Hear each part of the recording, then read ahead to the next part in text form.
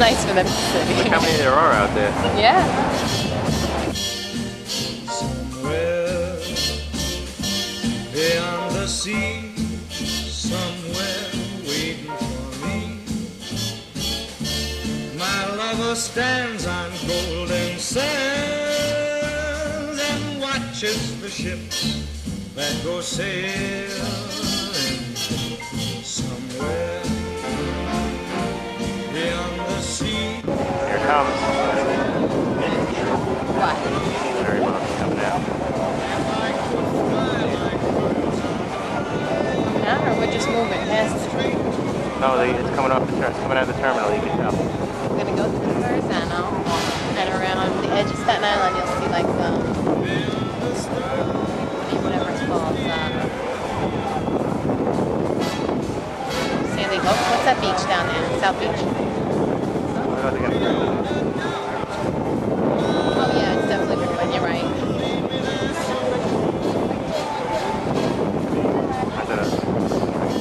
Beyond the shore, we'll kiss just as before.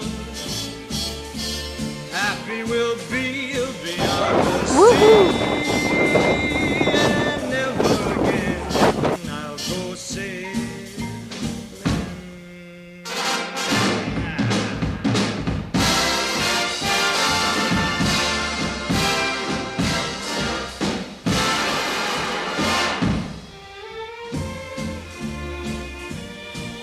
We are approaching the Verrazano. I was it all the time, and all of a sudden when you're on a ship, it's very exciting. Intrepid.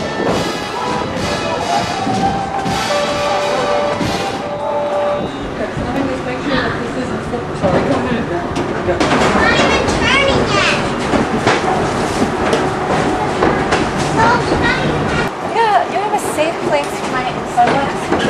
Yeah. How about the ship? I'm guessing I won't be needing sunglasses today. No. Oh, here comes the Last rain. time I was on your video, we were dying of heat in the Bahamas. That's true. I didn't Oh, want picture. that. That was a suggestion. Listen, count.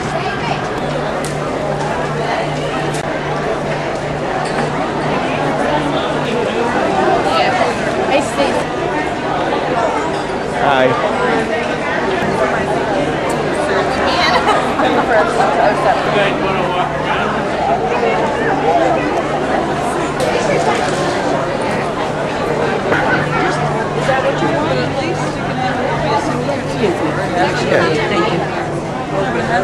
We need a hat, too. Okay, zip it.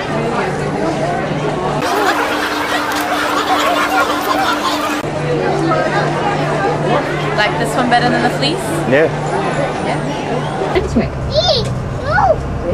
Now, up until that time, there were some settlers from Massachusetts that came. Originally, the first settlers that came were the French, and they settled here in the 1600s and maintained a small port, but it really wasn't until the Loyalists that the city grew. If you look to the driver's side, and we'll use driver's side and door side instead of left and right, makes it easier, you can see a small Celtic cross, and that's a replica of one that's on an island out in the harbor that you passed on the way in. That harbor was the very first quarantine center in all of North America.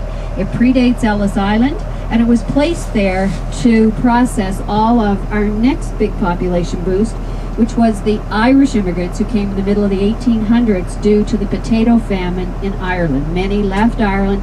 We know how abysmal the conditions were on board the ship. Typhus, cholera, just swept through all the ships. Many, many people were sick, so they had to have a stopping point before they reached the mainland to make sure that everyone was healthy before they came into the harbor. And so they used that as a quarantine center. Over 2,000 people died on the island, and this cross is raised in their memory, as well as the memory of a local doctor, Dr. Collins, who went out to the island to minister to the sick, but became ill himself and died as well. Now next to it, you can see a trident lamp. Has red shades heading out or facing out to the harbor, and white to the city. This was used as a navigational aid in the 1700s. You lined up this light that was always lit with a steeple of a church in the uptown area, and the captains could then navigate into the harbor very easily. Also on Partridge Island was the very first steam-powered foghorn, which was used a lot in navigation, and they say it was invented here in St. John, and they said that it was the biggest boon to navigation until radar was invented. Now we're traveling along Prince William Street, and I encourage you to take a walk along this street maybe later on in the day, because this whole area was set aside as a historic streetscape because of all the 18th century Victorian brickwork buildings. Before we get to some of those though, we have a later building here on the door side, St. John High School. Although this building was built in 1932, the first building opened its doors in 1805, and it was the very first publicly funded secondary school in Canada. At that time, though, it was only for the education of young men. Of course, we know that young women at birth know everything, so we didn't have to go to school at that time. But when they did pass the co-ed education laws in the late 1800s, girls would have to come after the boys, sit at the back, wear black, and leave before the boys. So times have certainly changed in secondary education. This section, as I said, has been set aside as a historic streetscape. All of this area was devastated in 1877 by a fire that swept throughout this whole peninsula area on June 20th. All of the buildings were destroyed and then rebuilt at that time. So this is a little microcosm of very late Victorian brickwork. So if we look on the door side coming up, the carvings on this particular building. On the other side, the Bank of New Brunswick building, which would be the French Cultural Center. The old post office next to it on the driver's side, and our old City Hall. Many of these buildings, as I said, have wonderful brickwork. But if you look at the brick building just beyond the corner on the third level, you can see some faces carved into the brickwork. They are caricatures of the Mayor and Council of 1878, and they were placed there by a carver, Mr. McAvity. He was commissioned by the builder of that particular structure because he wanted to show how he felt about politicians of that particular day. So because the City Hall was directly across the street, they could look out, the Mayor and Council, and see what one man thought of all the politicians. There's your J Moose. Oh yeah, Java Moose. J Moose. Now I grabbed this, and then I meant to show you the New Brunswick flag, as we were talking about New Brunswick and Nova Scotia separated. This is the New Brunswick flag, and you'll see it in many instances throughout the city, with the red lion at the top for England. The yellow and blue, as I said, is a bit of German influence as well because of the House of Brunswick, where the name came from. And of course the ship for our shipbuilding heritage. The city is Moncton, and if you take in the greater Moncton area, it puts it slightly ahead of the greater St. John area. So they're sort of vying for which one has the highest population. On the door side, coming up, we have a jewelry store, but on that site in the 1800s was the home of a former American, Benedict Arnold. Oh, really? We didn't like Benedict Arnold any more than you did. And he only stayed for a few years, went on to England, and I guess he died as a very grumpy old man. But while he was here, he inflamed the public, and they actually burned him in effigy because he had a controversy with one of his business partners, and they took the business partner's side. Now we're going up King Street, which has the honor of being the shortest, steepest main street in Canada. It goes up 8 stories in 3 city blocks. Holy cow. So it's quite a steep main street. Oh, And as we pass some of the floral borders, we're heading up to the top of King Street to King Square. And we have many floral displays. We participate annually in a competition called Communities in Bloom. And It's all based on population, and in our category we usually place quite highly. Now the Loyalists established the square that you see on the driver's side, and again, any connection with the British Crown, they set out, if you were at a bird's eye view, the pathways would look like the Union Jack, the British flag. So they tried to keep any connection with England that they possibly could. On the other side of the flag is a piece of New Brunswick tartan. And again, you may see this throughout your visit to the port city. Each of the provinces in New Brunswick has a special tartan or plaid, and each of the colors means something. For instance, the red for royalty, the blue for the water, the gold for resources, the green for our forestry, which is a big industry in New Brunswick, and the brown for farming.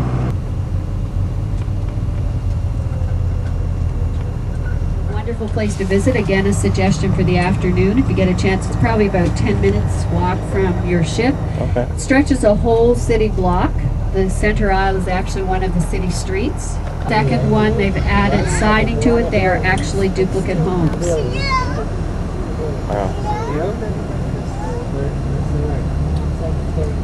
The brick home here has a face over the over the doorpost, and the story, of course, most stories in history have two sides. Was the face actually the face of the owner? The bus is facing part of St. John Harbor called Courtney Bay, and the tide is coming in. It was low tide this morning. It's now starting to go towards high tide. From low tide to high tide, it will be 6 hours, then back to low tide. So it takes about 12 hours, 20 minutes approximately to go through the whole cycle. As you can see at low tide, some of the mud flats are exposed. And in this area, there were many shipbuilding companies. One of the ships that was built here was the Marco Polo, and it had a lot to do with those mud flats, because when it was actually being launched, it slipped from the cradle and became lodged in the mud, and it took 2 weeks and several high tides to dislodge it from the mud. And at that time, the builders were quite concerned, because when it sort of hit the mud, they thought it's going to twist the keel. This is going to affect the speed of the ship, because it was built for a passenger and cargo ship, so they wanted speed. Well, fortunately for the builders, what happened was the twist that came in the keel actually improved the speed, and it became known as the fastest ship of its day. In the 1840s, it was able to circumnavigate the world in 5 months and 21 days, carrying passengers, about 1,000 passengers, and a full cargo. So the Marco Polo was quite well known in shipping areas. Kenneth Colin Irving was from the southeastern part of New Brunswick, and he came to St. John to, first of all, work for the Ford dealership. Then he decided to go into the oil business. He started with White Rose, and then from there he decided that he would set out on his own. We're actually sitting on his lawn right now, because the park that's next to it is part of the Irving property as well. When they bought that house, they bought the land across the way because it had sort of a dilapidated house on it. They tore it down, made it into a park for the citizens of St. John. When he established his oil business, he developed a refinery here, and after a refit, it's one of the largest in North America. Just a couple of years ago, it had an overhaul, and purchased other companies. The secret for the Irving Empire, as I said, making him, or them, one of the richest families in Canada, they would purchase other companies that would support the oil refineries. So when they went into service stations, they needed paper products, a pulp mill, they needed tissues, tissue factory, then they needed to be able to move goods from one to another, so shipping, trucking, railway, all of those things, anything that would help. When service stations went into food processing, restaurants, they bought food processing as well. So there are over 300 companies under the umbrella of the Irving Company. These 4 homes have a little interesting story as well. This one's had an addition, but initially all of these 4 homes were identical. They were built by a father for his 4 daughters. Every time he had a daughter that was married, he would build a home. So when one was built, the second one had to be a duplicate, of course.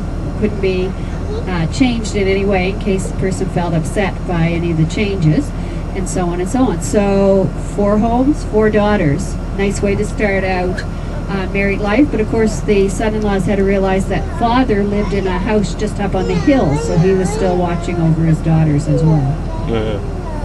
And coming up on the driver's side, the brick house here is the former home of T.H.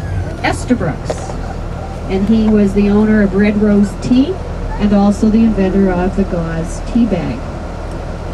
Back in the 1980s, a film with William Hurt in it, Children of a Lesser God, was filmed in the area, and that was a bed and breakfast at the time, and he stayed there.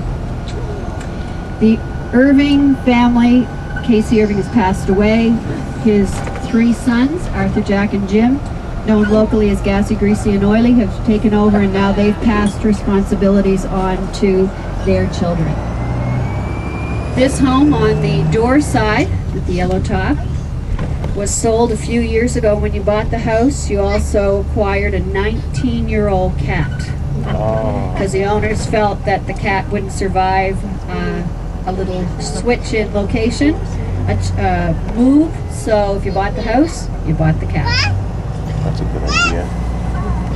And coming up, you can see a stone home with, we call a belvedere on the top, or a cupola. This is the Park House, and it was built of fieldstone. The family had 3 daughters, but in this case, none of them married. And one of them made the other 2 promise that when she passed away, that her pallbearers would be all women. Because she said, if they didn't take me out when I was alive, they're not taking me out when I'm dead. Incorporated city in Canada in 1785. So there are many firsts in the area because it was the first city. One is the very first pharmacy that was up here in the fort. And this is a blockhouse on the door side, part of a replica of the original fort. So what Donna's going to do is pull over here, and anybody who wants to get out. And Do you have a rain cover for your camera bag? Yes. An elastic rain cover? It comes attached. Comes attached? Yeah.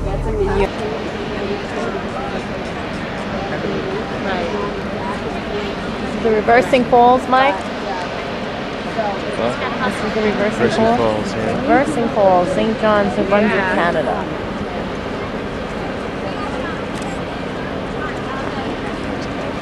it's quite neat to see the sailboat coming through. That only happens twice a day if there is any traffic coming through. So you can have any Probably trouble. 20 minutes from now, we have to have lots run the ranger to get through. Even in like 10 or 15 minutes after slack is complete, we start to notice the force of the current. So this is considered no current right now? This is considered a pretty even, although you can still see a bit of a flow.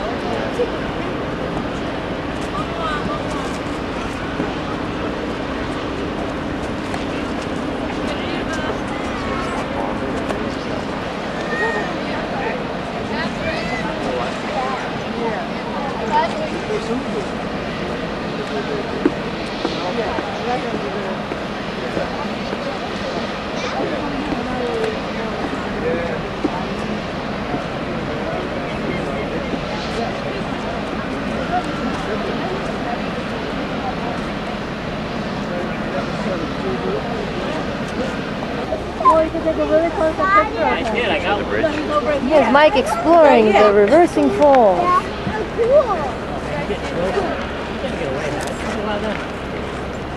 What are you taking a picture of? The bridge? Yeah, in front of it.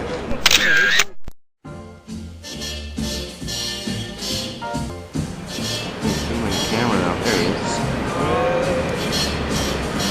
Beyond the sea,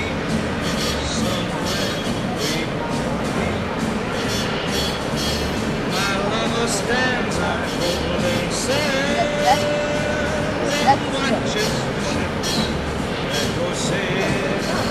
I don't know, he went under. There's definitely more around. It's just crazy when you see this. You just don't see it. That way in the middle, like Oh, there's two more out there. Is that them out there? No.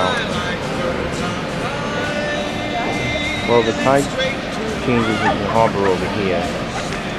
But here's the river. And the river flows downward toward us. And then when the tide goes low, I guess it doesn't really change anything much except that the harbor goes really high. But when the high tide comes up over here, it pushes all the water back against the river. And you get all these unusual currents. Even though this is steady right now. And then it's going to reverse and go the other way.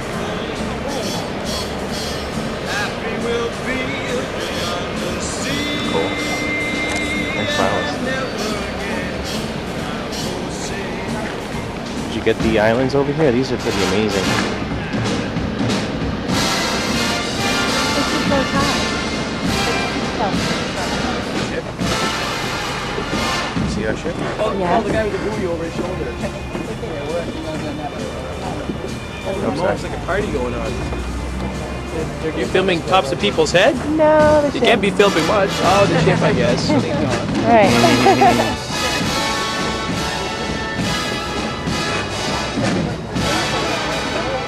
I'm not sure what happened. It all depends if this guy wants to break or not. If he wants to break, I'll take you out. If he doesn't, then he'll take you out. He's not bad. He's alright. He's only dropped back in the last couple of weeks. Come on. We're entering onto our harbor cruise. And here's our little boat. There's a very shaky walkway that we're on. It's wrong. When United States bought Alaska from Russia, that's what I discussed. So you guys know when they bought it? 1959. Wrong. Somewhere there, yeah. 1867. Let's go back to the book. What is it? You know, when they get Alaska first. 1860. I need my glasses again. Stand by.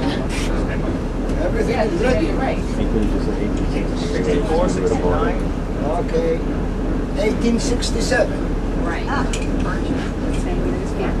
How much was it? Anybody remember? 7.2 million. I think it was a little bit more. $13 million. Okay, let's go. Easy to remember. That is the same level, the river with the ocean. So it's not a movement up there.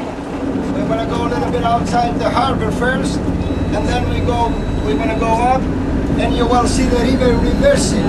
Goes the opposite, but to go basically backwards. Yeah, okay, it's about 25 minutes. 24 and a half, and about 25 feet high tides today. We are only 1/3 up of the bay. Farther up on the bay, on the tip up of the bay, the high tide can go up to 52 feet. He was about 9 feet off that rock. We're all watching it. He got popped out. He's 100% out of the water, right? And he falls back in and gets washed about 60 feet back. And he gets the top. So he's right? Yeah, it was the first time in my life I've ever seen a seal got right out of the water.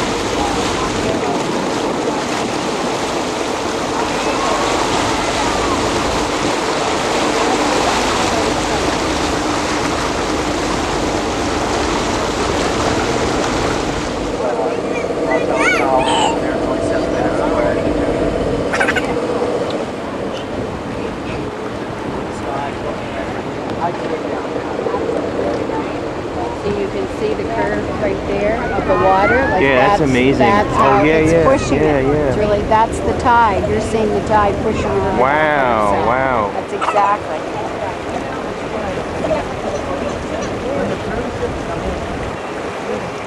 It's almost like, it was almost like a wall. It is. That's the only way I can down. describe it. It's sort of, it's not higher than, but it is like a wall. And you can almost see like a little dip around Oh, that yeah, rock. yeah. It turns the eddy, and it's pushing you. What was that? That's the way it should go.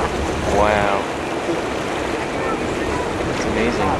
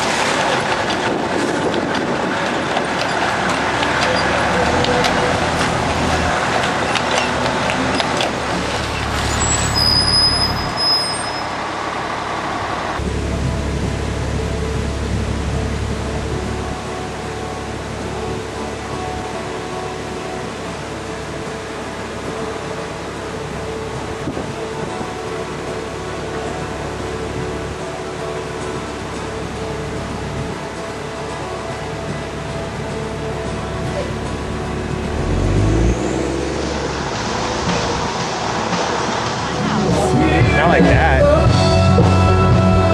There's like a ton of them.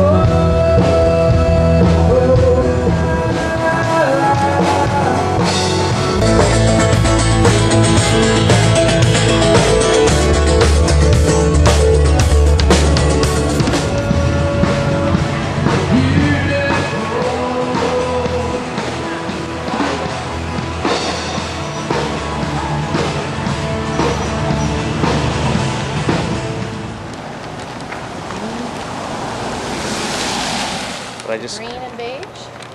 yeah, the green. That's that.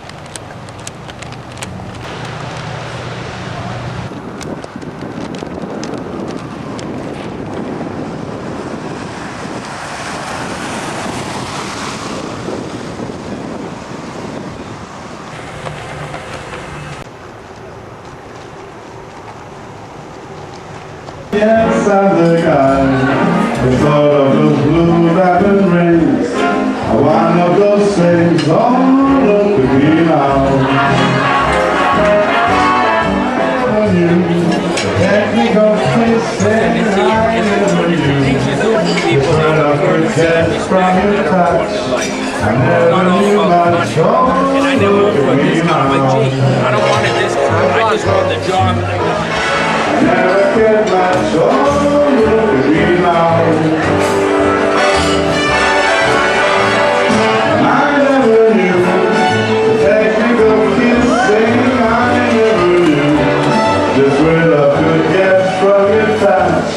I never knew my soul, look at me now. I knew that much better than I don't know what is for it.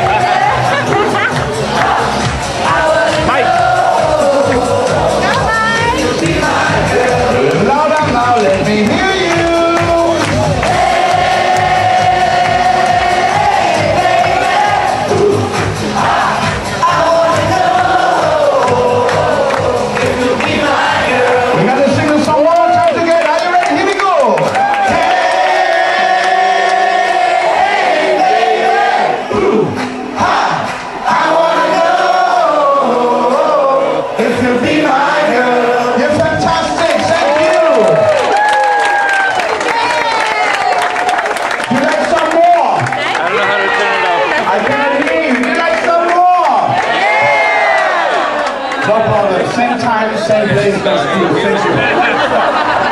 Thank you.